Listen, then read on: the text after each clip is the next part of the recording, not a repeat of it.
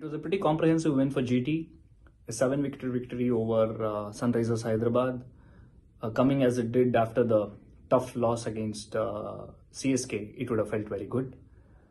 They also played the match pretty well. Everything went according to plan. They bowled decently to limit SRH to 162, and then their chase was planned perfectly. SRH were pretty underwhelming with the bat. It was not an easy wicket to bat on. Things were definitely not easy, as SRH found in the previous game against MI, where they had that huge score. And they were also, some batters batted pretty well, like Travis Head batted pretty well. Abhishek Sharma was batting pretty well. Klassen was batting okay. Abdul Samad, but they were also hampered by the bad run scoring rates from Mayank Agarwal and Markram. So they were sort of hitting in spurts. One batsman would strike at 150 and others wouldn't. And they also didn't rotate the strike pretty well. Travis Head didn't get much of a strike in the power play, which could have tilted the scales. And Abdul Samad also at the end, when he was striking pretty cleanly, got pinned to the non-striker's end for far too long. And that sort of decreased their score by 10 to 20, which ultimately proved the difference. GT bowlers also bowled well, credit due to them. Mohit Sharma was outstanding. They called upon Noor Ahmed in place of Spencer Johnson, and Sai Kishore went out.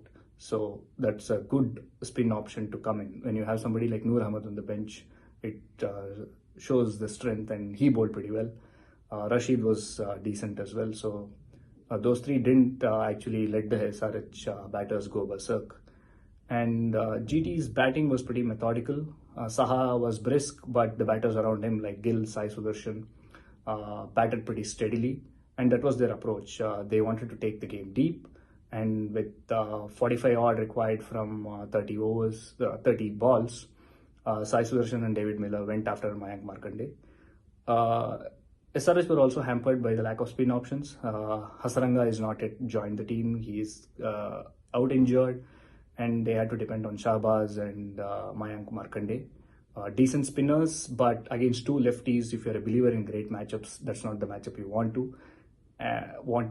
And that sort of played out because in that 16th over, both Miller and Sai Sudarshan hit Markande for 2 sixes and 2 fours, and that sort of opened the floodgates. And after that, there was no looking back.